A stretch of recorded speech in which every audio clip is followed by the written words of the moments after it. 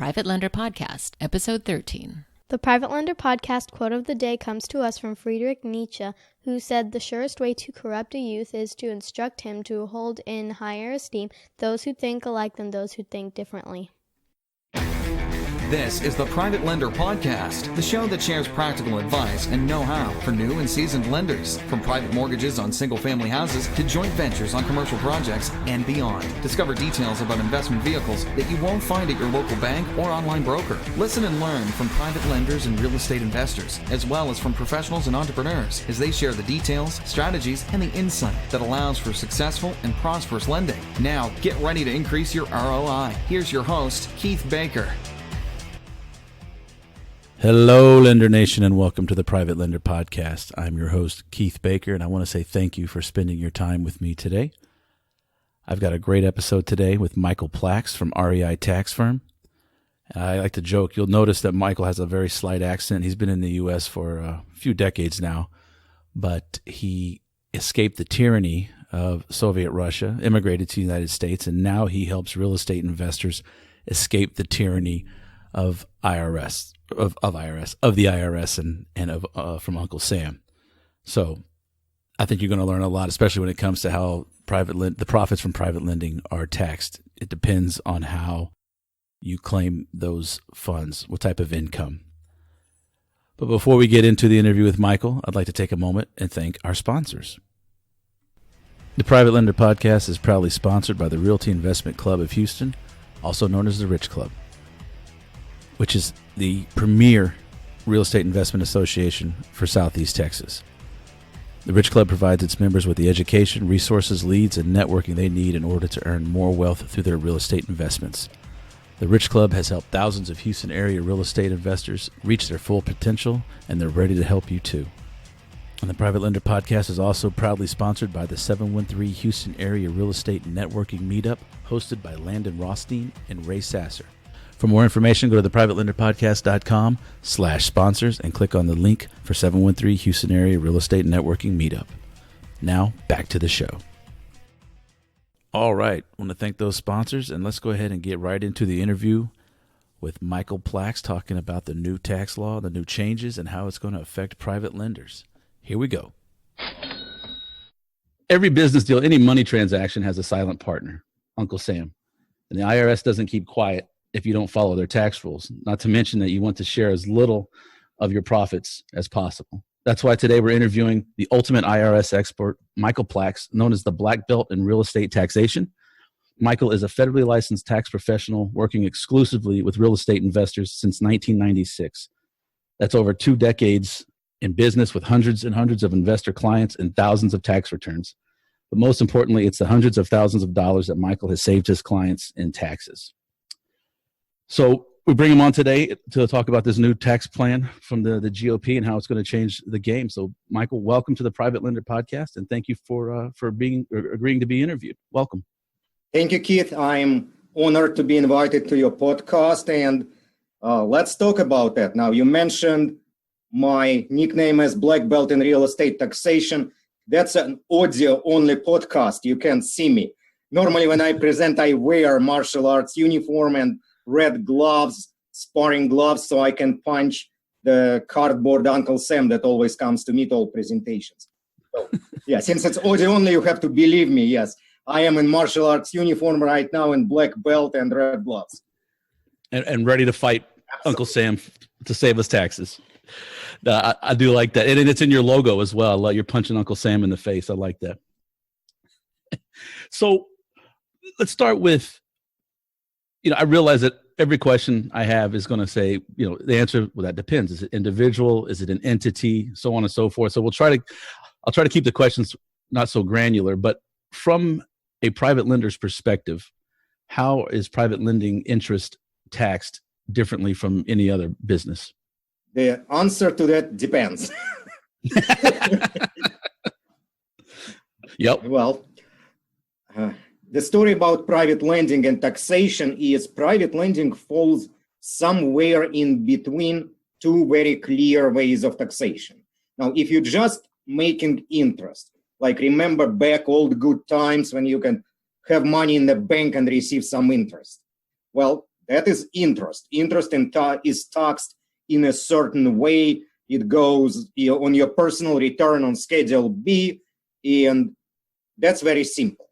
Then you have standard business. Let's say you are being a realtor or a wholesaler, and that goes on a business schedule where you have income and offset that income with expenses.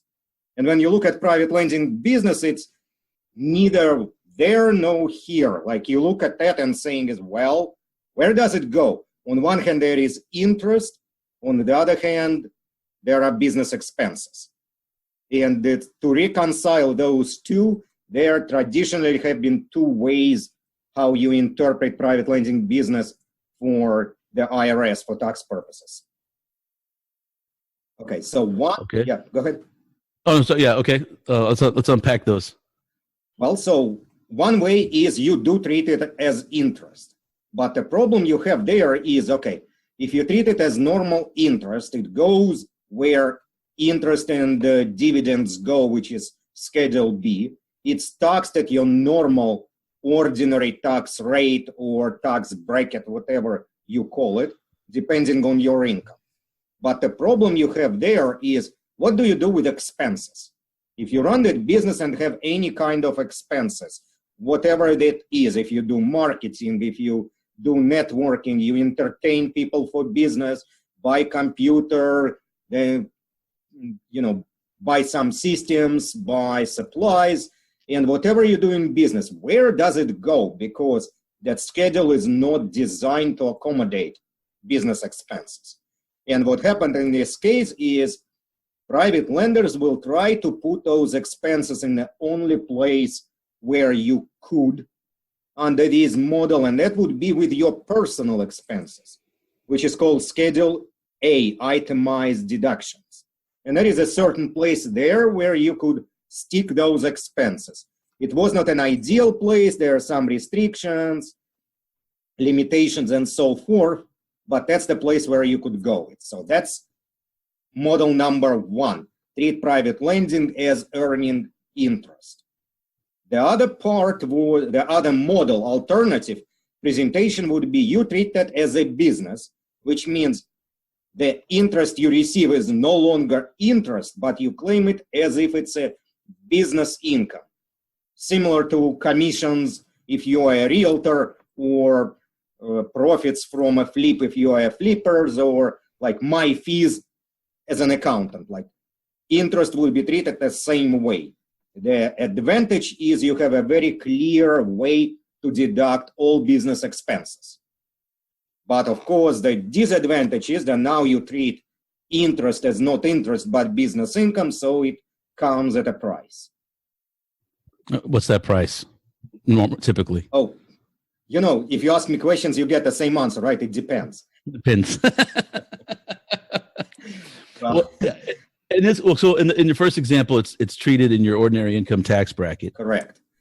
So if you're doing business interest is claimed as business income, what is it, the same tax bracket, or is it high, taxed higher? Yes, it is the same tax bracket, but in addition to tax bracket, here is what we need to remember. When you file your tax return as a business person, there are two different taxes that you are paying.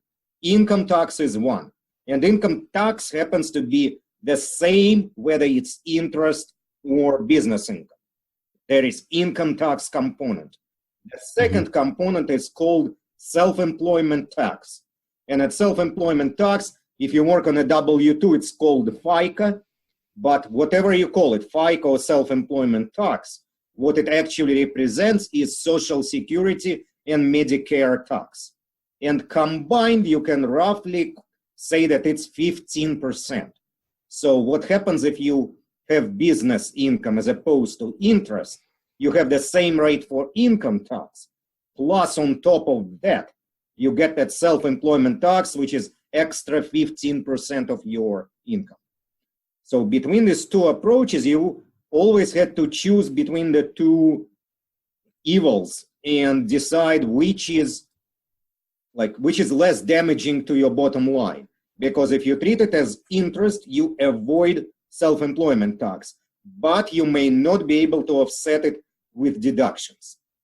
If you go business route, then what you have is all deductions are easily allowed, no limitations, no problems there. However, you incur that extra 15% self-employment tax. And you have to balance your situation. At least that was the story until now, until the tax reform. But you always had to choose which of the two you will sacrifice, business deductions or the extra self-employment tax. And this is, I guess we should point out, this is for cash. This is not in tax deferred IRAs, 401ks, or any other type of vehicle. This is just cash money out in front. Yes, we are talking about non-IRA investments, definitely. Okay. Okay, excellent. So this GOP tax plan that's come about, I understand it doesn't change anything for 2017. We're still going to file our taxes in April the same way we always did. However, beginning next year, the landscape has changed, is my understanding. Yes, you are exactly correct. I'm glad you brought it up because that's one thing I have to explain every time I talk about a new tax reform these days. People are sometimes confused, thinking is, okay, it's tax season now, early 2018. So what do we do differently on the tax return? On your current tax return, you do nothing differently because that's for 2017. For 2017, it's still the old rules. But when you say going forward from 18 forward, it's not actually going forward. It's the present. It's today. Whatever you are lending today already is treated under the new rules. So it will first show up on your next tax return, which will be in the spring of 2019, not right now.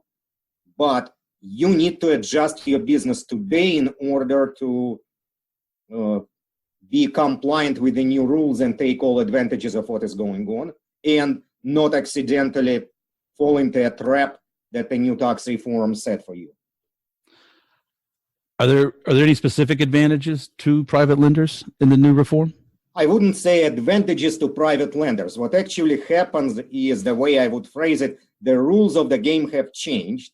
And every time you change rules of the game, you change your game.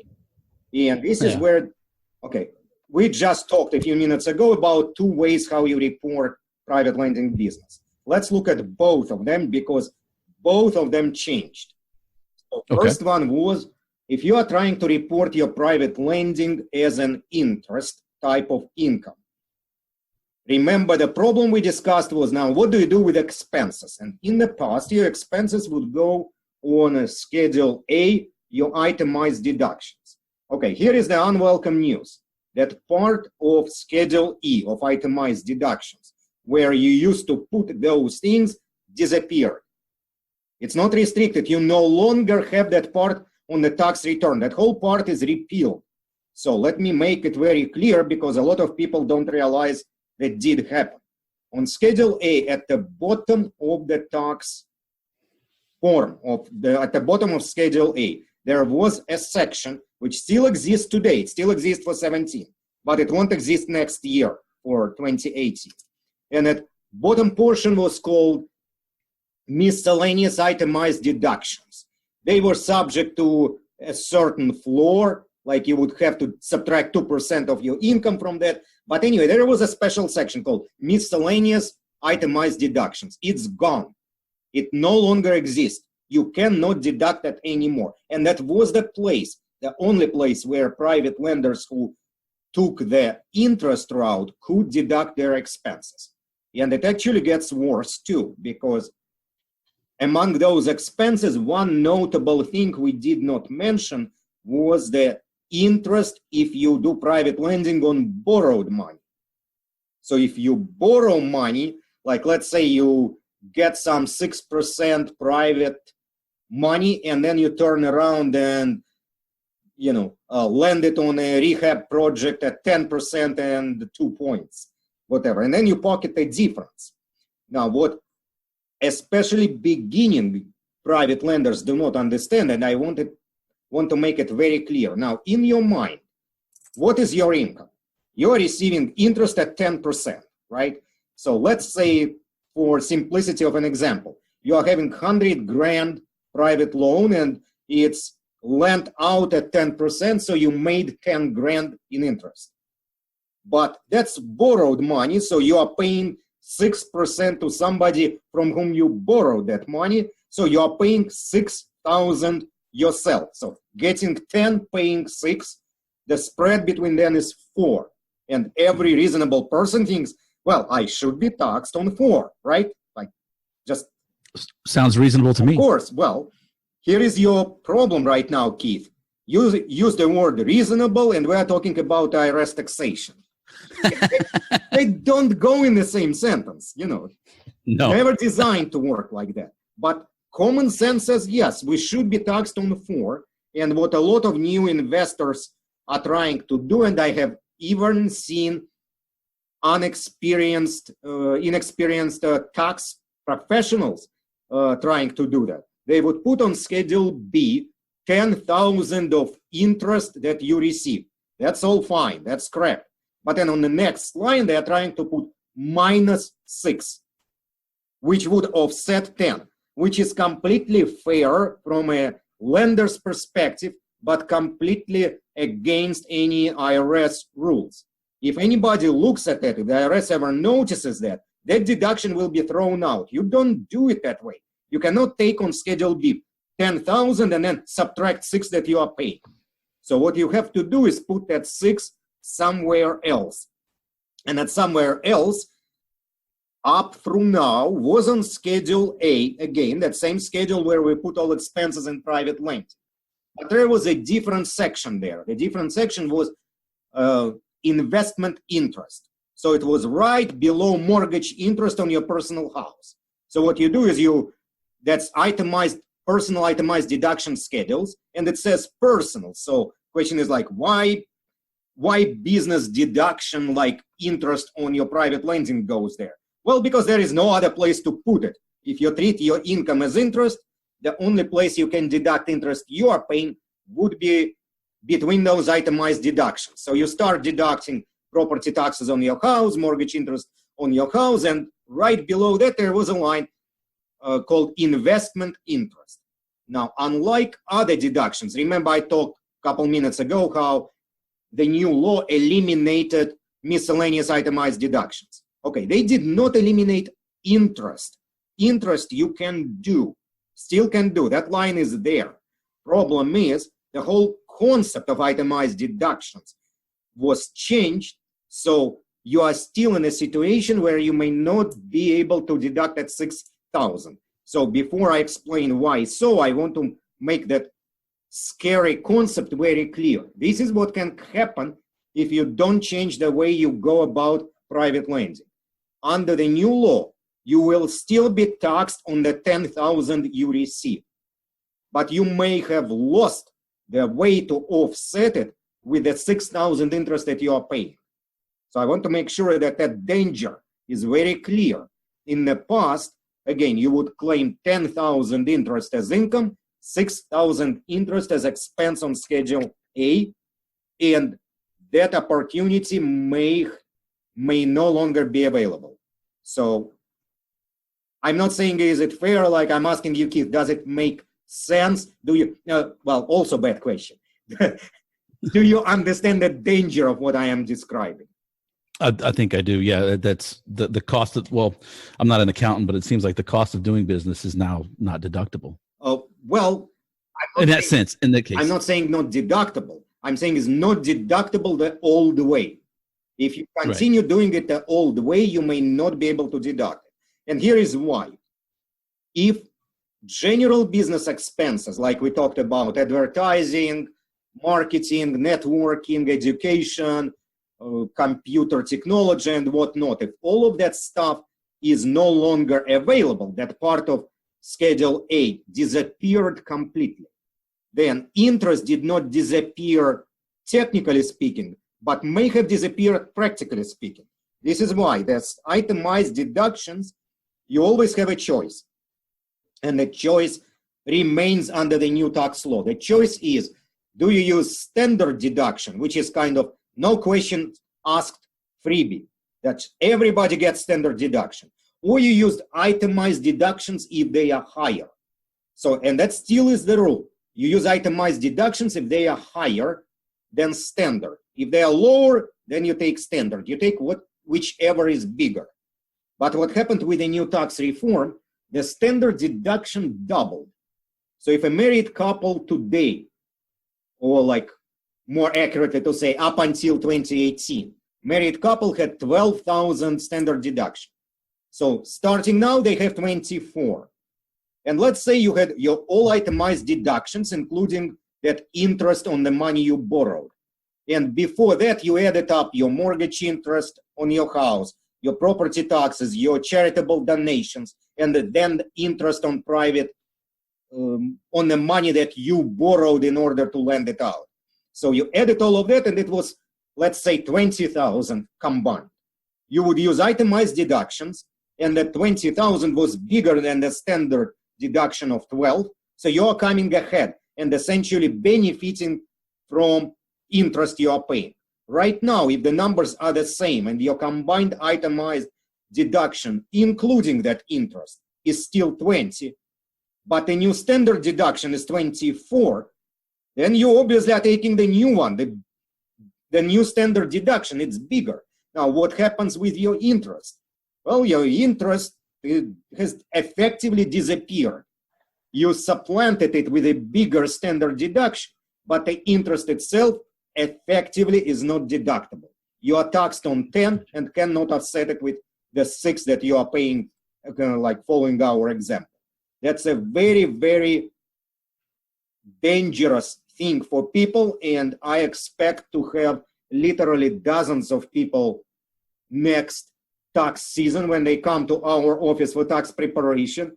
They have not changed anything in the way they are doing business, and they will be shocked and upset and mad at me instead of at the Congress saying, oh, what happens? Like, it looks like I just got extra 10,000 income, but I only made extra 4.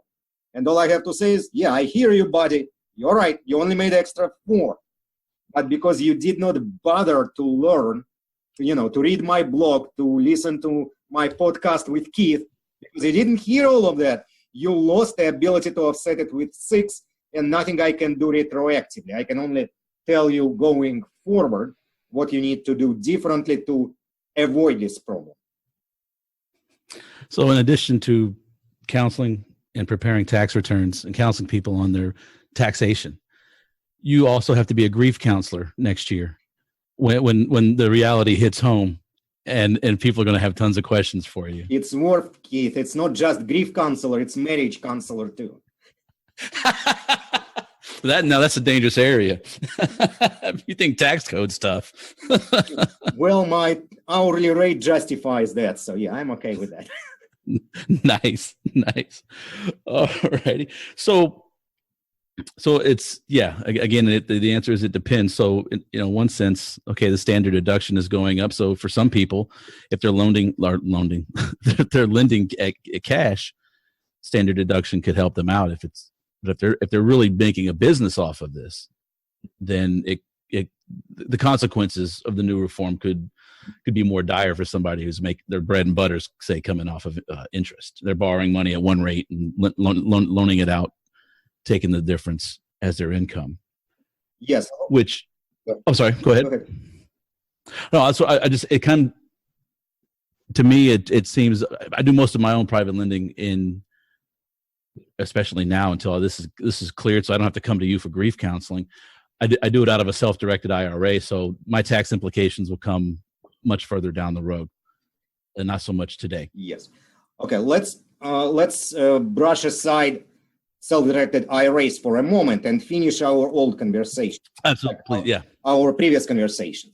Okay, the conversation was about how if you continue treating your private lending business as interest, in the past, you could offset your income with expenses, like with some limitations, but you could, and most importantly, if you itemized, you could offset it with deducting interest.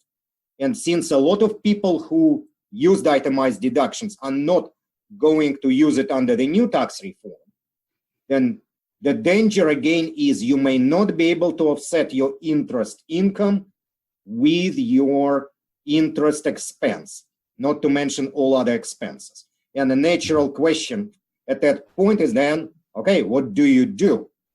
And the simple answer is this: don't treat that as interest anymore. Like when earlier on we discussed, we said there were two models that traditionally private lenders use to report their income. One was interest and offset it with essentially personal style of expenses. The other one was treated as a business. So what you want to do starting from 18 forward is something that in the past we tried to avoid in a lot of the situations. People did not want to go the business route for private lending because they immediately would saying is, I go private lending route, I'm going to pay, I'm going the business route for my private lending. That means it's no longer interest, it's business income. And I'm saying it's correct, that's exactly what is happening. But don't I have to pay self-employment tax? Now I'm saying, yep, you do. So now you have extra 15% tax, and people saying is, no, thanks, I'm not going there. Well, right now, before you say I'm not going there, I'm saying is, remember that if you try to stick to the old ways, you can lose offset of the income you are making by all expenses that you are incurring, starting from the interest on borrowed money. So there is huge disincentive to do it the old way. The new way will be go to that business route and report that as ordinary business income, not as interest income. So at that point, you can take all of the deductions. You can offset it with anything, including interest. Itemized or standard deductions are no longer part of the game. You don't care about that with respect to your private lending. You can deduct everything. And I got a great question the other day from one of our clients who actually borrowed money against their primary residence for that. Like there was a lot of talk about home equity loans of credit, and people heard that it disappeared under the new law. Yes, it disappeared under the new law, that's correct. But one thing is, even if it was a home equity loan before, you could still deduct it as business interest, as investment interest on Schedule A. But most importantly is this: as long as you move, what I strongly suggest right now, towards that business income model, you don't care anymore how you borrowed the money. Was it on a home equity loan of credit? Was it from your family? Was it just some private lender? Any way you could borrow money and then lend it out at a higher rate and pocket a spread, anytime every possible way you borrow that money will be completely deductible if you go that business income route. And that business income route just requires one thing to be very, very careful with. If you want to deduct that interest has to be what IRS calls traceable. Traceable means that you borrowed the money, and this is what a lot of people do, and that's a serious problem. I have seen many private lenders making that mistake. That would be mistake before and mistake today. That is not changing the rules. That's always been that case. So let's say you borrow 100 grand from your family to use in private lending. But then the next week after you did that, your AC broke or your car broke, and you suddenly decide, well, 10 grand out of that I need to spend. So I will only lend out 90. So what they do is they spend 10 on personal and 90 on private. Now here I am opening a huge can of worms. Do not do that. The concept of if you want the interest to be deductible, this is what you need to do. Whatever you borrowed, put it in a separate place. I highly recommend separate bank account. Like don't mix it with anything else. Just open separate account just for private lending, which is doubly important these days when you're treating that as a business. And then from that account, the money can go only to private lending, to nothing else. If you need to use it for personal reasons, just transfer that money out of your personal account, somewhere else where there is a clear paper trail that's saying is, okay, out of 100, I took out 10 and then 10 spent personally. And the remaining 90 is what is used for business. That way, at least on the remaining 90, you will have a clear interest deduction. But if you start commingling private lending money with your personal money, that's a big problem down the road. That commingling of private or personal and business money has always been a sticky issue. I know that since the first time I heard you talk, you were saying, hey, look, if you're doing this for a business, it's got to be treated as a business. So that doesn't change with the new law. But what does change is that you're suggesting treat the interest as income, business income, to still be able to offset it. Do you want to take it next level up, like make it a little more interesting and complicated? Of course. Why do you think I got you on the show? If anyone can make taxation simple and complicated, it's Michael Plaks. No, they make it complicated. I'm trying to make it simple. But you explain it in a very simple way to where someone like myself can understand it. So yes, please listeners, buckle up. I have no idea what's coming next, but it's going to be good. So please, Michael, take it up a notch. Okay. I do want to take it the next level, because if anybody has been paying attention to what we discussed up until now, this should be the take home up to this point. We're not stopping here, but up to this point, the take home points are: number one, doing it the old way, which means the old way was treat that as interest and try to find a place to write off offsetting expenses. Now, that old way of reporting private lending business is very disadvantageous under the new law. You should stop doing that. Most likely, the only situation where it's okay to continue that, if you really don't have expenses to offset. If you're a private lender which just uses your cash savings for private lending and don't incur any business expenses, then maybe you can just keep doing it the old way. But most of our clients who do private lending have substantial expenses. So that old way doesn't work anymore. Second take-home point would be, if you switch it to what I recommend, which is treating that as business income, you are running into 15% self-employment tax problem. So you would have additional 15% taxation if you don't do anything else. That's where we are right now. And my next conversation, a more advanced one, would be, so can you do something about that 15% self-employment tax? Because obviously nobody will be thrilled to add 15% tax to your income, even if you can offset all expenses. And the answer is most likely yes. And this is the way how that strategy is going to play out. Now, before I explain it, I want to make a standard disclaimer, which is your favorite two words. Keith, yes, it depends. It depends. Exactly, it depends. Because some people, it depends on your financial situation, and that's something we would need to talk to one-on-one to examine where you are. Some people really do not need to go that complicated route. Why they don't? I will give you an example when they really don't need to worry that much about that.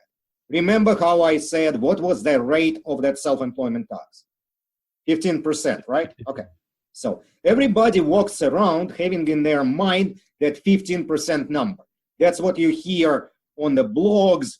That's what gurus tell you, if they even care to mention taxation, but and if you ask on Facebook always says there are no taxes to pay on anything. Anyway, yes. So depending where you get your information from, but the only number you hear is 15. Correct situation is not everybody pays 15. If you have a full-time job right now and making a salary of 150 grand as an engineer or physician or lawyer or whatever your occupation is, in that example, you are making 150 grand that work through your normal salary. At that level, you actually already maxed out on the social security component of that self-employment tax. I will repeat it one more time because we mentioned that like a good half an hour ago. Nobody would remember that. Self-employment tax is a combination of the two. There is social security tax in there and Medicare tax in there. But social security is 12 and Medicare tax is 3. So really Medicare is a minor component, relatively minor. So what you are doing is you're paying 12% towards Social Security, 3% towards Medicare. Now, if you have high earnings as W-2 employee, you by now would have maxed out on Social Security because it stops at a certain level above 100 grand. So at that point, if you add private lending to your activities, at that point, private lending is no longer subject to Social Security. You already maxed out. So what happened? 12 of the 15% got eliminated by your high income. And the only thing left is a 3%. So you still have extra tax, but that extra tax is not 15%. That extra tax is 3%. And for many people, it would be, well, let's do my calculation. So what do I have? My income is 10,000. Okay, so if I have, okay, let's do simple calculation. Okay, and to show people how you do those calculations when you don't have a calculator. What does it mean? 3%. 3% on 100 is $3. Okay, then on 1,000, $30. On 10,000, $300. So what you are basically saying is, if you made 10,000 in interest and you are a high income earner and you already maxed out on Social Security, all you have to pay from that self-employment tax is 3%, which is $300. Okay, $300 is not worth the trouble of implementing the strategy that I'm going to explain in a minute. So before you go and implement advanced strategy that I'm going to suggest in a minute, you have to evaluate, do you actually have to worry about it?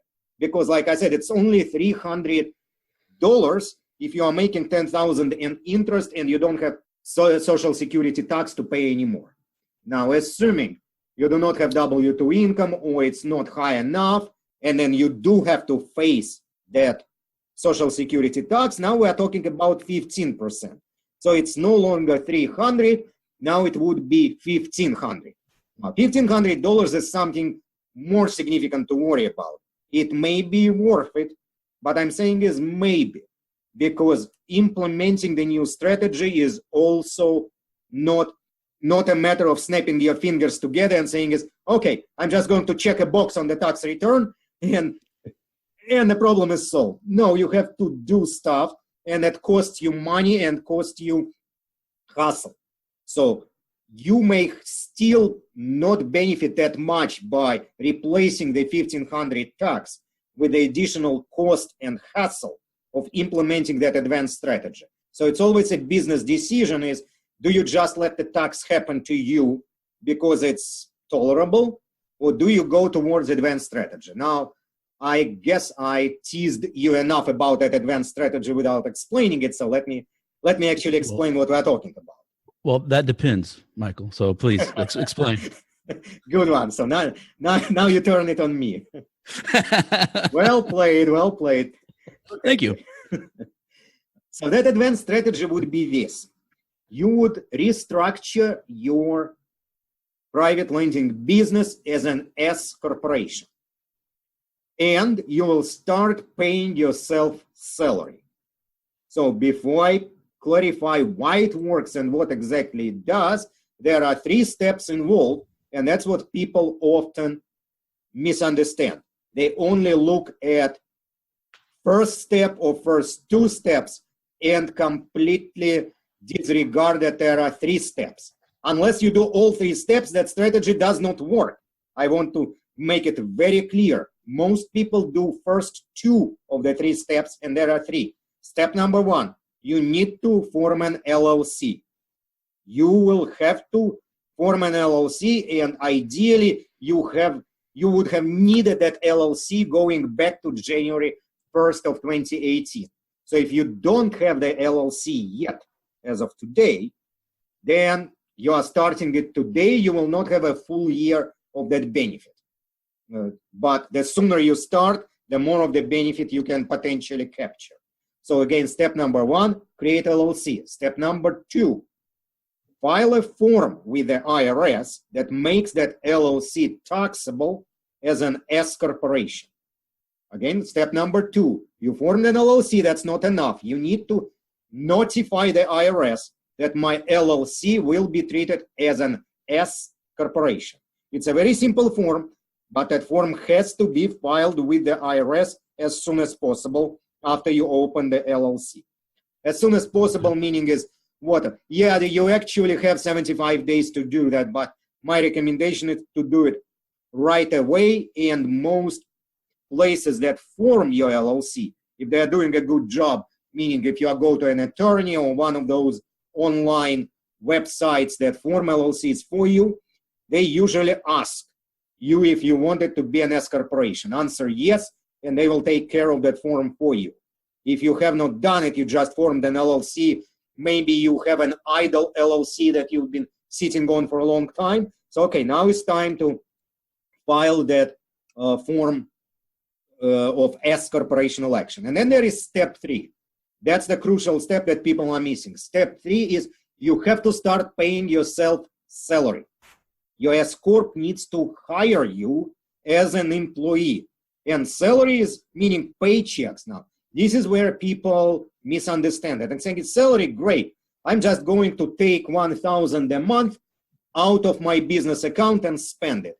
Guys, that is not salary. Salary has to be treated the same way you have salary when you work for the guy. You know, if you still have a job or used to have a job, you know what it looks like. You have a paycheck, there are taxes withheld from paycheck.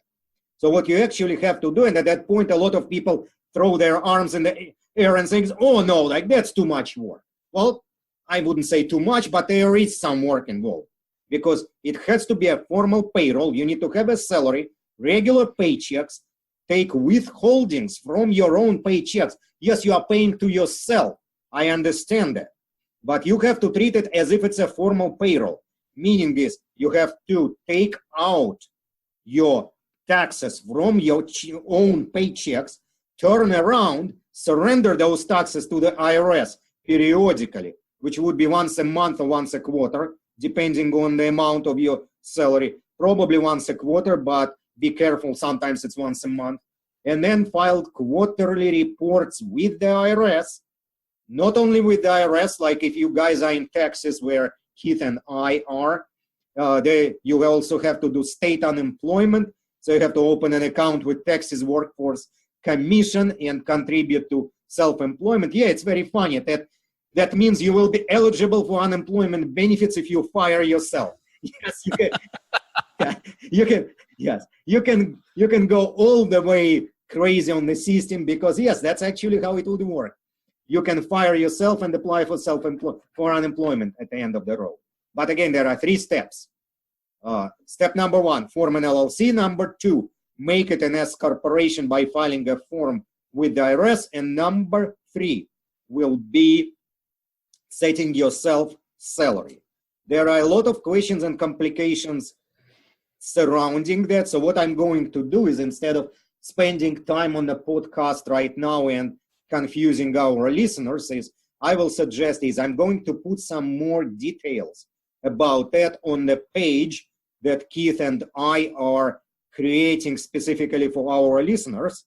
And there will be additional resources for those who are interested in implementing that strategy, including blog posts, some links, and some special offers for our listeners. You want to mention that page, Keith? Yeah, I'm glad you brought that up because there is a wealth of information at your website, which is reitaxfirm.com. And if you just go there, reitaxfirm.com/PLP, like Private Lender Podcast, the letters PLP, you'll see the special offers and the resources that Michael has put together for our listeners today. And I want to thank Michael for that as well. There's some really good stuff. I've been a recipient of Michael's newsletter, taxation newsletter, for years, and I have to say, at least now they make more sense to me. In the beginning, when he was say this change has come, I was one of those people that would throw my hands up and say, okay, I want to do this the easiest way. But as I've read more and more, I am by no means a tax expert, but at least I feel like I have an understanding of what's going on just simply by reading that. So again, reitaxfirm.com/PLP, be some resources and some offers, some special discount offers that you should probably take a look at. Michael has some great products out there. I want to just throw in like a little thought along the lines that you were just talking about, how you receive the newsletter and it sometimes flies over your head and you're saying, that happens in any business, right? Because all of our listeners are real estate investors. Try talking, if you are not at a real estate networking meeting, just, any general environment, at your family holiday table or at a general business networking. And you start talking about, subject twos and and things like that, and people's eyes get big, and I'm saying, what the heck this guy is talking about? It's like, yeah, I can see the crossover with when you talk about creative financing and jargon and acronyms and things get thrown around. It's very much the same thing with me and taxes, for sure. Yeah, like self-directed IRA, you happened before, and people say, like, what is self-directed IRA? Yes, you and I know that, our listeners know that, but who else knows what it is? Yeah, absolutely. And that touches you did a great job of stopping me from my shiny object moment earlier and went back to the second example. But how does the new GOP tax plan change anything for self-directed IRAs or tax deferred accounts? Well, for private lenders. What my answer is going to be, right? It's going to depend. Depends, exactly. Here we go. I think we need to title that episode, It Depends. I will, this episode will be, It Depends, Michael Plaks. It Depends with Michael Plaks, right, exactly. Okay. We should do our own show. It Depends with Michael Plaks and Keith Baker. Yes. I'm sorry, go ahead. So here is what happens. The major part did not change. And what the major part was before is this. If you're lending out of self-directed IRAs, and I have to make a quick, stress that point. If self-directed IRAs are custom made for anything, that is private lending.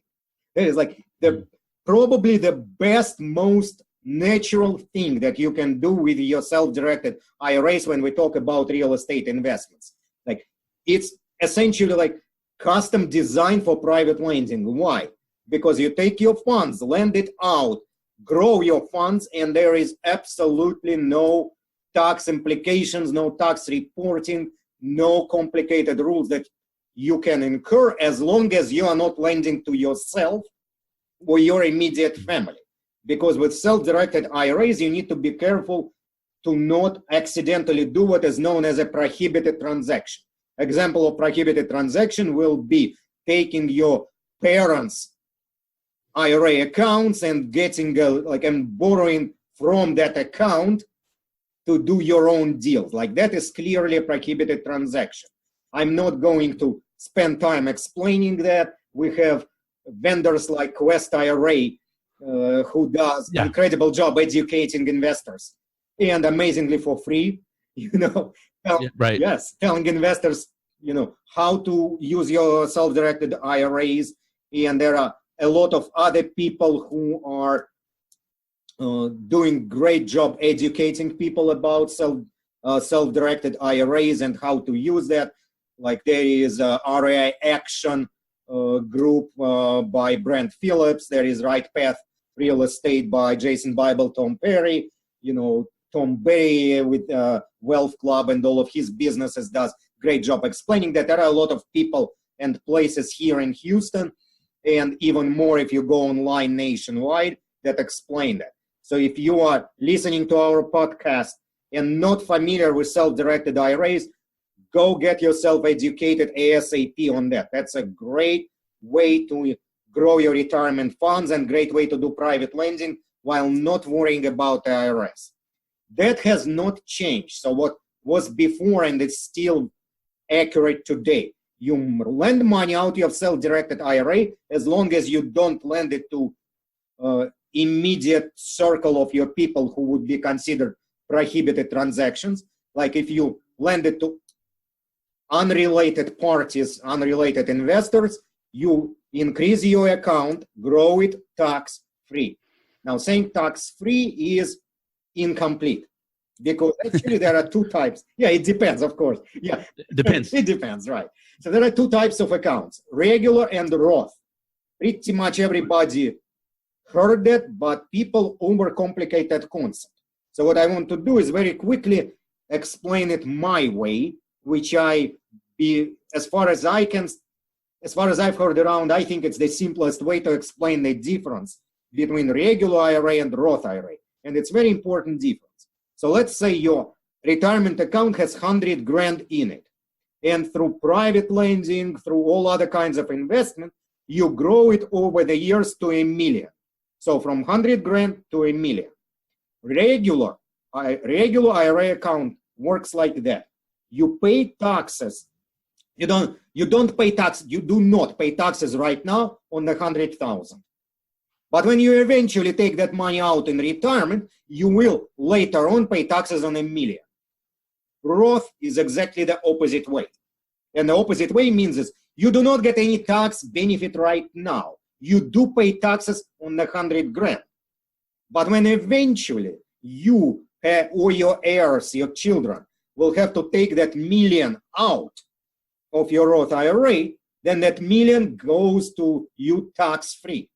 And the question has always been, so what is better, regular IRA or Roth IRA? In regular one, you save money on 100 now, but pay on $1 million later. On Roth, no savings now, but you take $1 million later tax-free. To me, it's a no-brainer if you go from 100 to $1 million. If you go to 100 and $1 million, give me any day the choice. I am going to pay taxes on 100 now rather than on $1 million later. Okay, and all real estate investors are looking at, like, if you are not looking to grow your account 10 times, over its life, at least 10 times, then you are probably doing it wrong. That's the concept of, yes. Yeah, that's the concept of going self-directed IRA, yes. If you don't expect to grow it 10 times, then keep it in mutual funds. Those are the things that grow slowly. If you put it in real estate, you expect it to grow multiple times over your lifetime. So you want to have it Roth. And then people saying, but I have a normal one. So what do? What you do is it's called conversion. You can take your normal IRA, convert it into Roth, which means if right now you have 100 in a regular IRA, convert it into Roth, you are going to pay taxes on the 100 now. And people saying, oh no, I don't want to pay taxes on 100 now. And I'm saying is, hey, pal, listen what is happening. Yeah, you are paying taxes on 100 now, but when that 100 becomes $1 million, you are never going to pay taxes on $1 million. That's huge if you think into the future. Okay, here is what changed by the new law. That's a relatively minor deal, but you need to be aware of that. If you converted something to Roth, in the past, you could change your mind and reverse it. And going back, and I'm saying, you know what, I look at numbers, I really don't want to pay taxes on 100, or my account temporarily dropped in value or something else happened, and you could go back. Cannot go back anymore. That is one of the changes in the laws. Well, you should not really, like you are making Roth for lifetime investments, but just beware that what you could easily do in the past is change your mind and go back, cannot do it anymore. So this is my last year. I've been slowly converting from traditional to Roth, and I'm not suggesting anybody do this. This is my path, but I would pick a number that I thought, okay, I'm going to be comfortable paying taxes on this amount, and my income tax return, if any, will offset that. And in some years, my guess was pretty good, and I was able to take the hit on paying the taxes, and everything was fine. Other years, I overreached, and I really appreciated having that do-over to where, you know what, maybe I can put $5,000 back in the traditional IRA, and then not have to come out of pocket with anything. So that is gone. So once we convert, whether it's 1,000, 5,000, or 500,000, that's it. It's a done deal. It's taxable. No going back. Correct. That's the new rule. The new rule is one-way street. If you convert it to Roth, it stays there. Okay. Well, sounds like I need to change my strategy. Well, sounds like you need to go on that page and look at our resources. I definitely will. And thank you for that. And once again, that is reitaxfirm.com/PLP. Michael, I see that we're running out of time, and I hate to cut this short, but I know we could go on for hours talking about tax code and how it affects not only real estate investors, but businesses and everything else. Yeah, there is actually a simple solution to that problem of running out of time. The simple solution is, okay, we need to, first is I would always be happy to come back if we get enough questions that warrant, us going deeper into that. But also is everybody who listens to us, I welcome to visit our page, which is again, name of our company, REI Tax Firm. And you just put /PLP for Private Lender Podcast, hosted by Keith. So REI Tax Firm /PLP. And if meanwhile you need individual help, so we definitely help people with tax preparation. We are great at that, been in business for 20 years, have perfect ratings everywhere. You can check us on Google, Yelp, Facebook, whatever, rated for 6 straight years, one of the 3 top tax preparation firms in Houston. So we have great reputation, do great job on tax returns. I do private consultations and all of that, just visit our website. You can contact us directly and we will be happy to help with anything that we didn't have time to cover today. Perfect. And I'll put all this information on the show notes page as well. Kind of an outline of the advanced strategy, the 3-step strategy, the LLC, S-Corp, and salary and everything. And yeah, you'll be able to get in touch with Michael via those show notes. So, and yeah, Michael, I would love to have you back on at a later date. And, because, maybe in another 4 years, we're looking at a whole new tax change all over again. So who knows what's going to happen? Well, the interesting part here is that the current law is not finished. So the whole thing is going to keep changing and clarified for months ahead. So it's still work in progress. A lot of people are asking is, are private lenders eligible for the 20% new deduction under the new tax law? And we didn't even start talking about that. That would be like an entire new 20-minute talk probably saying, and the answer to that, just jumping ahead is, Keith, do you know the answer to that question? No. You don't know the answer to the question about 20%? You do. Yes. I do? Oh, yeah. I'll say, I want to go down to the CBS or NBC right now and pitch a show. It depends with Michael Plaks. And we'll just talk about taxes and how it affects things. So, well, Michael, I appreciate you coming on. This has been great. And I look forward to having you on again in the future.